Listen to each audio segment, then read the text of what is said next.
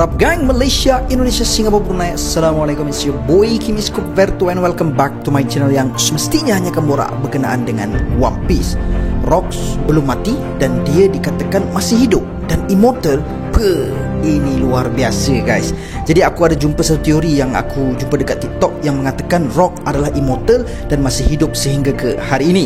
Bahkan boleh jadi juga Rocks adalah individu yang dimaksudkan oleh Oda, the lurking legend yang bakal menghalang haluan Luffy suatu hari nanti, yang memiliki perkaitan yang sangat rapat dengan Whitebeard. So guys, please stay tune until the end of this theory kerana aku yakin teori ini pasti akan mengejutkan korang. Dan jangan lupa untuk tinggalkan komen di ruangan komen di bawah dan jom let's proceed with the content. Ikuzo Yarodomo. Teori ini bermula dengan mengambil petikan daripada kata-kata Trafalgar Deepwater Law berkaitan satu teknik kemuncak yang terdapat pada Devil Fruitnya yang dinamakan sebagai Ope-Ope-Nomi.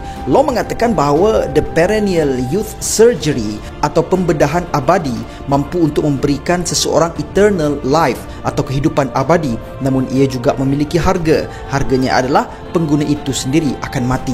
Jadi di sinilah bermulanya teori tersebut, iaitu wujudnya persoalan, benarkah pengguna itu akan mati? Kerana sebelum ini kita boleh melihat Oda pernah mengubah fakta yang ditetapkan olehnya sendiri. Contohnya, Devil Fruit yang hanya mampu dimakan sebiji sahaja oleh seseorang dan sekiranya lebih, maka seseorang itu akan mati. Namun Blackbeard telah memiliki lebih daripada satu kemampuan Devil Fruit. Sama ada Blackbeard memakan atau dia menggunakan apa sahaja helah, namun tetap kenyataan ini telah bercanggah dengan apa yang ditetapkan oleh Oda sebelumnya. Jadi begitu jugalah berkenaan fakta ini, yang mana sesiapa sahaja pengguna Ope-Ope-Nomi yang menjalankan perennial youth surgery ke atas seseorang, maka penggunanya akan mati. Maka ada fans yang cuba mewujudkan persoalan, adakah seperti kes Blackbeard, mungkin terdapat juga kemungkinan yang pemakannya tidak mati. Dan what if roh seseorang itu hanya keluar daripada tubuhnya, menampakkan seolah-olah usernya telah kaku, tidak bernafas dan kelihatan seperti seorang yang telah mati. Dan what if Rocks memiliki dua perkara, iaitu yang pertama adalah Ope-Ope-Nomi dan anaknya sendiri, Marshall D. Teach, iaitu seorang anak yang selalu menantikan kepulangan ayahnya dari lautan dan menziarahi dirinya. Dan satu hari ternyata bapaknya telah pulang ke rumah dalam keadaan yang sangat nazak, tercedera parah, tubuhnya berlumuran dengan darah dan berada dalam keadaan yang sangat tenat. Kerana sebagaimana yang kita sedia maklum, ketika insiden God Valley, Rock D. Zebek telah dipercayai dikalahkan dan dikatakan bahawa Rock D. Zebek telah dibunuh. Namun bagaimana jika Rock D. Zebek tidak mati dan dia telah berjaya meloloskan diri daripada pulau tersebut, namun krunya kesemuanya sekali telah berjaya ditewaskan? Whitebeard telah mengkhianati Rocks, Big Mom dan Kaido telah mencuri Devil Fruit yang mereka inginkan yang terdapat di God Valley dan melarikan diri, dan beberapa Rocks Pirate telah dibunuh oleh Holy Knight seperti Captain John, Ganzui dan Silver X yang kemudiannya menjadi zombie milik Moria. Rock yang sangat bengang akan hal itu menjadi sangat-sangat marah dan tidak berpuas hati, namun dia juga tidak lagi memiliki jalan lain dan dia juga telah kesuntukan masa dan mengakui bahawa eranya telah pun tamat. Akhirnya telah melakukan sesuatu yang benar-benar di luar jangkaan. Dia telah membunuh anaknya sendiri demi mencapai impiannya. Rock telah menggunakan Ope-Ope-Nomi untuk melancarkan the perennial youth surgery. Namun tidak seperti pengetahuan umum, sebaliknya pembedahan ini tidak memberikan kehidupan abadi kepada penggunanya, dan Rocks mengetahui hal yang sebenar kerana pembedahan ini adalah untuk si pembedah itu sendiri.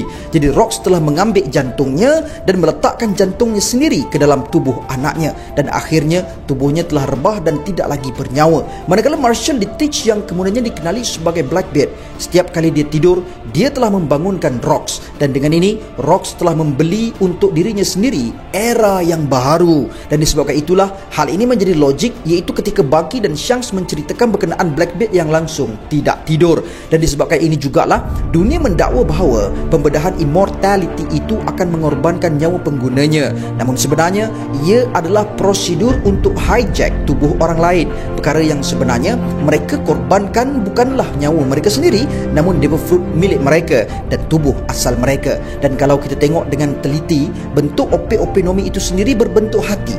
Kita mungkin boleh mengandaikan hal ini disebabkan oleh perkaitan tema antara Corazon dan Law, namun secara realistiknya sepatutnya ia mungkin memiliki makna yang lebih mendalam mengapa ia berbentuk demikian. Dan kita kena ingat, devil fruit terwujud daripada keinginan manusia. Jadi sangat mustahil dan tidak masuk akal mengapa manusia menginginkan sesuatu devil fruit yang memberikan kepada orang lain immortality sedangkan meragut nyawanya sendiri pula. Dan pula mengapa satu devil fruit yang terwujud daripada keinginan seseorang yang menginginkan kehidupan abadi muncul dalam bentuk hati. Alright, setelah God Valley, nama Rox tidak lagi pernah wujud dalam dunia One Piece. Jadi world government telah declare kematian Rock di Zebek. Sementara Roger, iaitu musuh ketat Rox, sekarang telah pun mati. Dan menariknya, Teach telah menyertai Lanun Whitebeard. Untuk apa? Yes, untuk membalas dendam terhadap pengkhianatan yang dilakukan oleh Whitebeard kepadanya pada God Valley sebelum ini. Dia telah menghancurkan Lanun Whitebeard dari dalam, dan disebabkan rivalry antara dia dengan Roger lah, Teach aka Rock di Zebek ingin sekali Ace, anak kepada Roger, untuk ikut bersamanya. Sama seperti Rox suatu masa dahulu yang sangat-sangat sabar dan tidak berputus asa dalam menjemput Harold menyertainya. Namun Rox ketika ini tidak ingin mengulangi nasibnya seperti dahulu. Di saat Ace enggan menyertainya, dia telah mengalahkan Ace dan menyerahkan Ace kepada Marine dan membolehkannya untuk menyertai angkatan Shichibukai. Dan kita boleh melihat bagaimana perancangan Blackbeard ini begitu rapi. Namun kini akhirnya kita sedar bahawa perancangan itu bukanlah datang daripada budak mentah seperti Blackbeard, namun ianya sebenarnya datang daripada Rock di Zebek itu sendiri yang kini hidup dalam tubuh anaknya. Dan sebabkan itulah Shanks sangat-sangat berjaga-jaga dengan Blackbeard ini, seakan-akan dia dapat menghidu bahawa orang yang mendiami tubuh Blackbeard bukanlah diri Blackbeard itu sendiri, namun dia adalah Rox. Dan tidak heranlah Blackbeard mampu untuk melukakan mata Shanks kerana dari segi tempoh Rox memang ternyata sangat handal.